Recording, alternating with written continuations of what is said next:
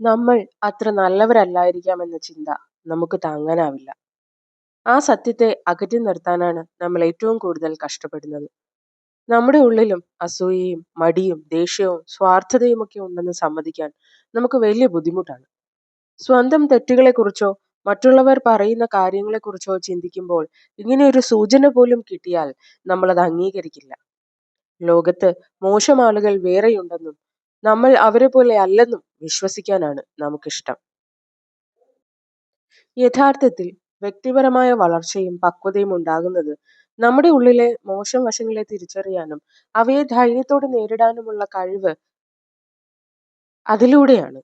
അങ്ങനെ ചെയ്താൽ മാത്രമേ ആ സ്വഭാവങ്ങളെ നിയന്ത്രിക്കാനും മനുഷ്യ സഹജമായ ഇത്തരം കുറവുകളെ കരുണയോടുകൂടി കാണാനും നമുക്ക് സാധിക്കുകയുള്ളൂ. പക്വതയുള്ളവർ ജനിക്കുമ്പോഴേ നല്ലവരോ ശാന്ത സ്വഭാവക്കാരോ ആയവരല്ല. മറിച്ച് തങ്ങളുടെ ഉള്ളിലെ നാണക്കേടും കുറവുകളും ഭയമില്ലാതെ തിരിച്ചറിഞ്ഞ് അതിൽ നിന്നും ബോധപൂർവം മാറി വളരാൻ ശ്രമിച്ചവരാണവർ. നമ്മുടെ മനസ്സിൽ വരുന്ന അസ്വസ്ഥതയുണ്ടാക്കുന്ന ചിന്തകളെക്കുറിച്ച് തുറന്ന് സംസാരിക്കാം നമുക്ക്. ഇത് നമ്മളെ നിരാശപ്പെടുത്താനല്ല, മറിച്ച് നമ്മുടെ മാറ്റത്തിന് എവിടെയാണ് കൂടുതൽ ശ്രദ്ധ വേണ്ടതെന്ന് സത്യസന്ധമായി മനസ്സിലാക്കാനാണ്. പ്രണയത്തിൽ എനിക്ക് എളുപ്പത്തിൽ നിയന്ത്രിക്കാൻ കഴിയുന്ന മനുഷ്യരെയാണ് ഞാൻ തേടുന്നത്. അല്ലെങ്കിൽ മനുഷ്യരാശിയുടെ ഭാവിയിലോ വിധിയിലോ എനിക്കൊരു താല്പര്യവുമില്ല. അതുമല്ലെങ്കിൽ ആളുകൾ എന്നെ നോക്കി ചിരിക്കുകയാണെന്ന് ഞാൻ കുറ്റപ്പെടുത്താറുണ്ട്. പക്ഷേ സത്യത്തിൽ അതിനവരെ പ്രേരിപ്പിക്കുന്നത് ഞാൻ തന്നെയാണ്. എനിക്ക് എന്റെ സ്വന്തം മക്കളോട് പോലും അസൂയ തോന്നാറുണ്ട്. എന്റെ അഭിപ്രായങ്ങൾ പറയാനുള്ള ധൃതി കാരണം മറ്റുള്ളവർ പറയുന്നത് ഞാൻ ശ്രദ്ധിക്കാറില്ല.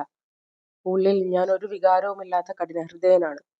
ആരോടും എനിക്ക് സ്നേഹമോ അനുകമ്പയോ തോന്നാറില്ല.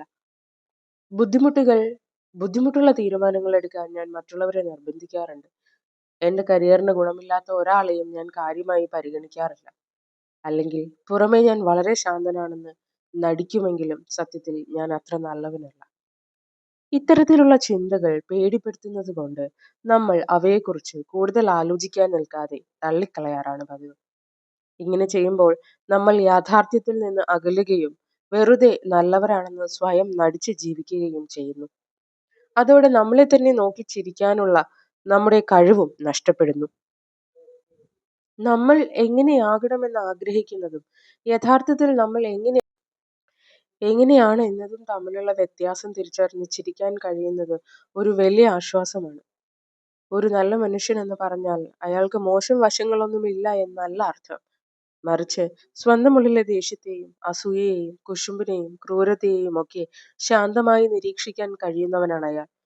തന്റെ ഉള്ളിലെ ഈ തെറ്റായ പ്രവണതകളെ തിരിച്ചറിഞ്ഞ് അവയ്ക്കെതിരെ പോരാടാൻ തീരുമാനിക്കുന്നവനാണ് യഥാർത്ഥ നല്ല മനുഷ്യൻ. ആരും ജനിക്കുമ്പോഴേ നല്ലവരല്ല. സ്വന്തം കുറവുകളെ ധൈര്യത്തോടെ സമ്മതിച്ച് അവ തിരുത്താൻ ശ്രമിക്കുമ്പോഴാണ് ഒരാൾ നല്ലവനായി മാറുന്നത്. നമ്മുടെ ഉള്ളിലെ ദേഷ്യവും അഹങ്കാരവും തുറന്നു സമ്മതിക്കുന്നതിലൂടെ മാത്രമേ നമുക്ക് യഥാർത്ഥത്തിൽ മാന്യമായ പെരുമാറ്റം ശീലിക്കാൻ കഴിയൂ. പക്വതയുള്ള ഒരാൾ താൻ വലിയ പരോപകാരിയാണെന്നോ പുണ്യവാനാണെന്നോ വാദിക്കാൻ നിൽക്കില്ല. പകരം തന്റെ ഉള്ളിലെ നല്ലതും ചീത്തയുമായ സ്വഭാവങ്ങൾ എങ്ങനെ വന്നു എന്ന് കണ്ടെത്താനാണ് അവർ ശ്രമിക്കുന്നത്. കുട്ടിക്കാലത്തെ പ്രയാസകരമായ സാഹചര്യങ്ങളോട് പൊരുത്തപ്പെടാൻ നമ്മൾ ഓരോരുത്തരും ഓരോരോ രീതികൾ ശീലിച്ചവരാണ്. നമ്മുടെ ഉള്ളിലെ മോശം വശങ്ങൾ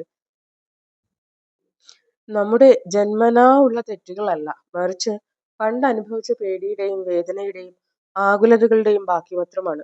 അതുകൊണ്ട് അത്തരം സ്വഭാവങ്ങളെ ന്യായീകരിക്കേണ്ട കാര്യമില്ല. നമ്മുടെ മനസ്സിൽ മോശം ചിന്തകൾ വരുന്നത് ഒരു വലിയ ദുരന്തമായി കാണേണ്ടതില്ല. നമ്മളെക്കുറിച്ചുള്ള ഏറ്റവും കൈപ്പേറിയ സത്യങ്ങൾ പോലും കേൾക്കാൻ കാണിക്കുന്ന ധൈര്യമാണ് യഥാർത്ഥ ധൈര്യം. ഒപ്പം സ്വന്തം അഹങ്കാരം വെടിഞ്ഞ് വിനയത്തോടെ ചിരിക്കാനും പുതിയ കാര്യങ്ങൾ പഠിക്കാനും കഴിയുന്നതാണ് ഏറ്റവും വലിയ കഴിവ്. നന്ദി.